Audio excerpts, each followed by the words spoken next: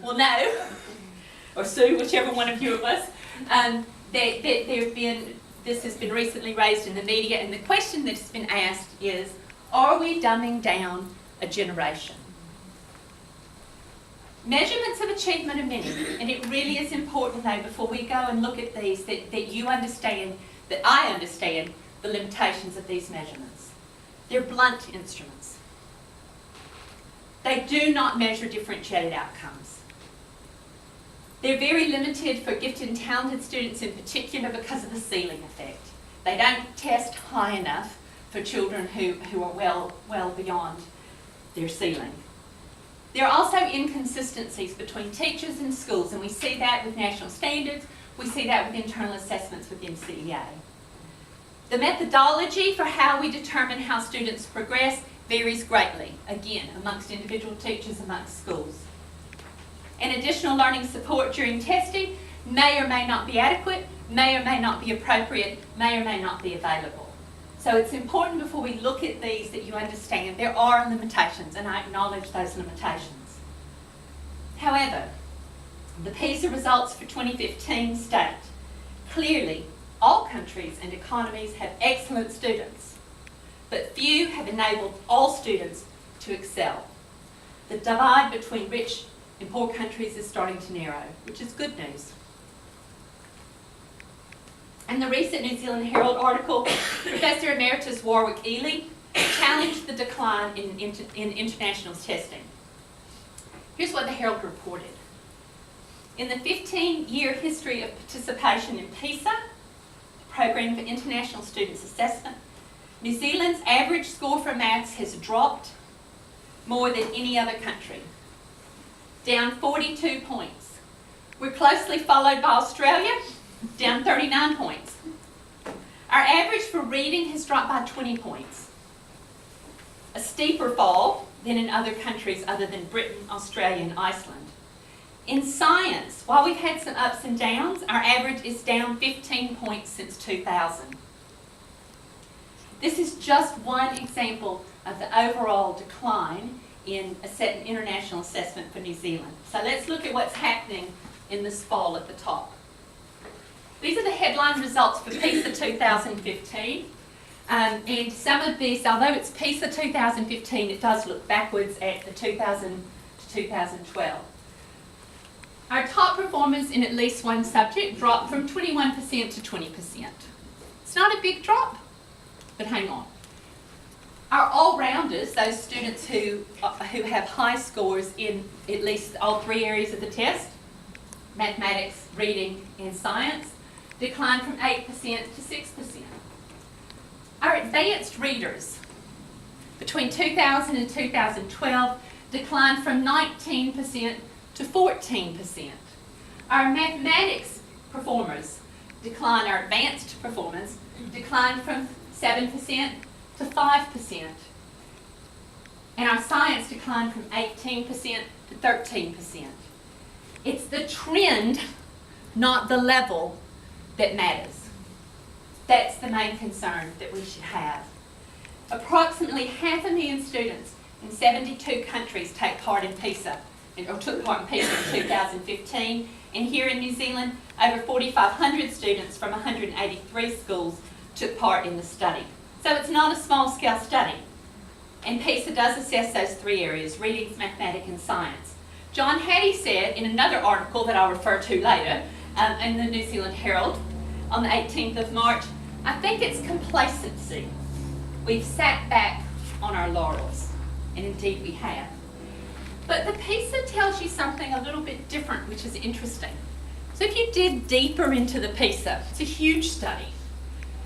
The PISA surveys teachers and principals as well. And in the 2015 results, which focused on science, they revealed some really interesting results when we think about practices in gifted education, or practices we advocate in gifted education.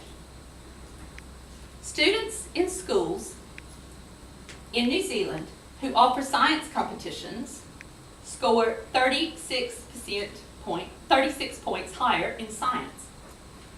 55%, they're 55% more likely to expect to actually work in a science-related field. In New Zealand, almost 80% of our schools reported science competitions. When we look at clubs, half of our participating schools offered some sort of clubs in relation to the 40% OECD average. So we're doing the right things, maybe. And these opportunities are more likely, though, to happen in advantaged schools. 60% of our lower decile schools offered competitions compared to 100% of our higher decile secondary schools. New Zealand also offers lots of choice, and this is viewed very favourably in relation to performance. It's really interesting. Ireland and Canada also report choice in the level of difficulty. We offer choice, but it's not necessarily based on the level of difficulty. And Iceland and Canada, by the way, do quite well in these tests. Our scores for students also increase by 20 points when adaptations are reported. That's 14 points higher when we have individual assistance. So if we begin to adapt the curriculum, if we begin to provide individual assistance, then we can see gains. The really interesting one is in relation to grouping, or what the PISA report calls horizontal stratification. We call it probably ability grouping. New Zealand reports ability grouping more than most countries. 80% of schools report within and across class ability grouping, and this is a very contentious issue. Between class ability grouping in New Zealand is provided by 3 out of 4 kids in at least one subject, according to PISA 2015. Up to 80% of New Zealand students are grouped within their class. We have researchers like my colleagues at Massey, Bobby Hunter, Linda Anthony, John Hattie, not my colleague at Massey, calling upon us to abandon ability grouping. And the Ministry of Education is following suit.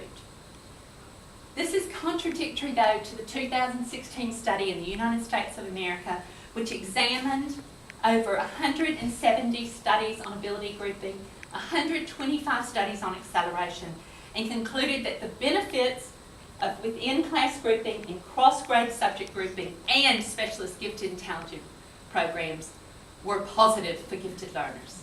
The only negligible shifts were for between-class ability grouping. I'm going to come back to ability grouping, don't worry. We can also look to TIMS. TIMS are Trends in International Mathematics and Science Study, and we see similar trends happening here with our gifted and talented learners. Average mathematics achievement for New Zealand has increased in the 20 years, but it's also done that for many other countries.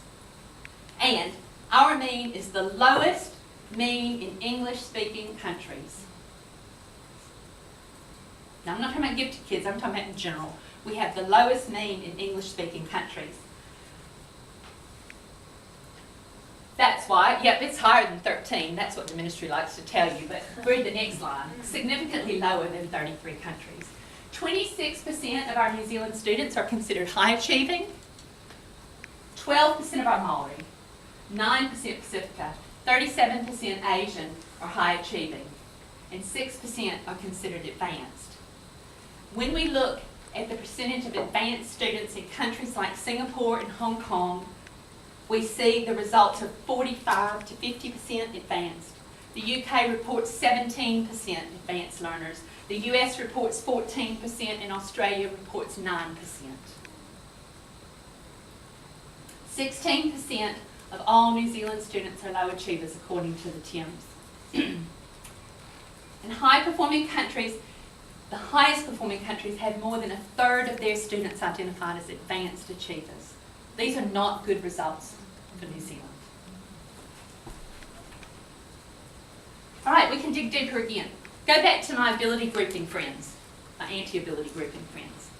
What we're hearing is that we need to get away from ability grouping because when we ability group kids, teachers have low expectations of success.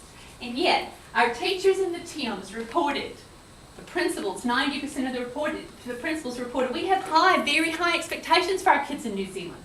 86% of the parents reported the same, 80% of the teachers reported the same.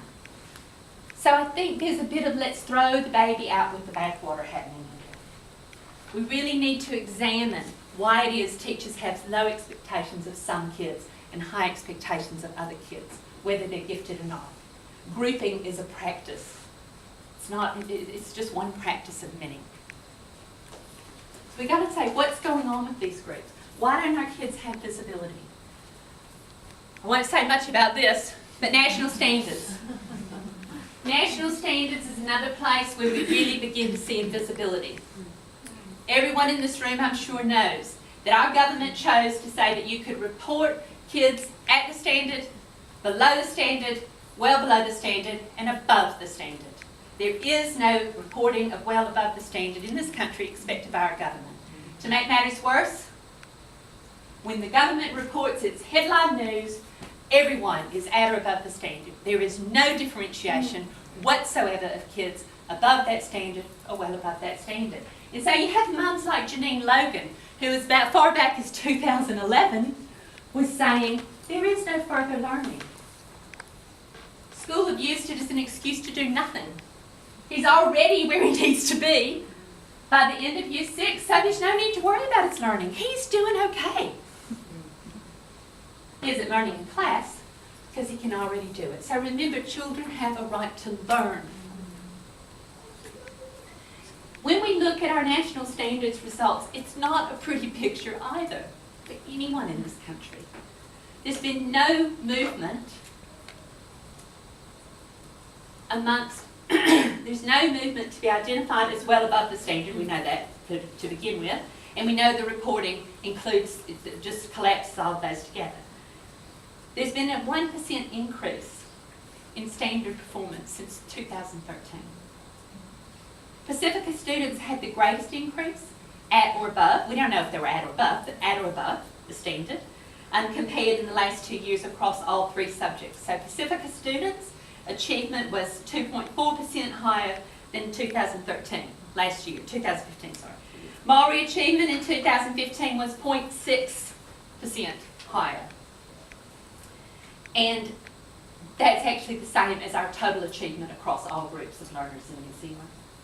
These results mean the gap between Pacifica achievement and Maori achievement has narrowed, but the gap between Pacifica achievement and total population has decreased, and the gap between Maori achievement has just stayed, and the total population has stayed constant. There are obviously challenges and successes for each group. However, achievement for Maori and Pacifica across the standards is much lower than what we see for our Asian and European students, roughly 10 to 20 percentage point lower. And girls' achievement is higher than boys, in writing in particular. Let's look at NCEA for just a minute. NCEA excellent results decline as students move through school, and there may again be all sorts of reasons for this. 16% of students gain excellence at year 11, 13% gain excellence at year 12, and 6% gain excellence at year 13. And I realise there's scholarship opportunities within there, so that could explain some of that decline. 7% of boys at year 13 gain excellence compared to 14% of girls. There's something going on here for our boys in school. Excellence is achieved by 5% of Maori, 3% Pacifica, 16% Asian, and 14% of our European students. Scholarship is achieved across all subjects to between 7 and 30% of the students assessed, with one supposed to be 1.1 to 4% outstanding. We have seen some scholarship inequities improve over time, with 9 of the 10 Premier Awards were awarded in 2011 to Decile 8 and 10 schools. In 2015, 6 of the 9 were awarded to Decile 8 to 10 schools. Outstanding Scholars Awards, 75% were awarded to Decile 8 to 10 schools in 2011 and 78% in 2015. There's something funny going on in New Zealand, and it's what our colleagues in America refer to as the excellence gap. Equal talents, but unequal opportunities. The Jackie Cook Foundation put out a really interesting report in the end of 2016. And what they concluded was that what's available for high ability students primarily benefits students in wealthier areas. Does that sound familiar? The lost potential is staggering. I also like this second quote. It's the story of demography predetermining destiny. Demography predetermining destiny. We hear that story time and time again in New Zealand, with our bright low-income students becoming what one research team called persistent talent underclass. Students with high potential but in low-income areas are less likely to reach advanced levels of academic achievement and excellence. This is the excellence gap. We don't talk much in New Zealand about the excellence gap. The excellence gap is where you have high poverty levels, not surprisingly, resulting in lower achievement levels. And then we have large excellence gaps, differences in performance between our low-income students and other students. In New Zealand, where we have 1 in 4 children living in poverty, and we have 1 in 5 children performing below our expectations, can only assume that we have an excellence gap. I would argue that that excellence gap in New Zealand is also a cultural gap, that it's also becoming a gender gap. Plucker and his colleagues who wrote this report had 3 key elements that they used to examine the excellence gap in American schools, in American states. And I just want to talk briefly about each of those, and I want you to think about the visibility or the invisibility of these elements. The first element is inputs. By inputs,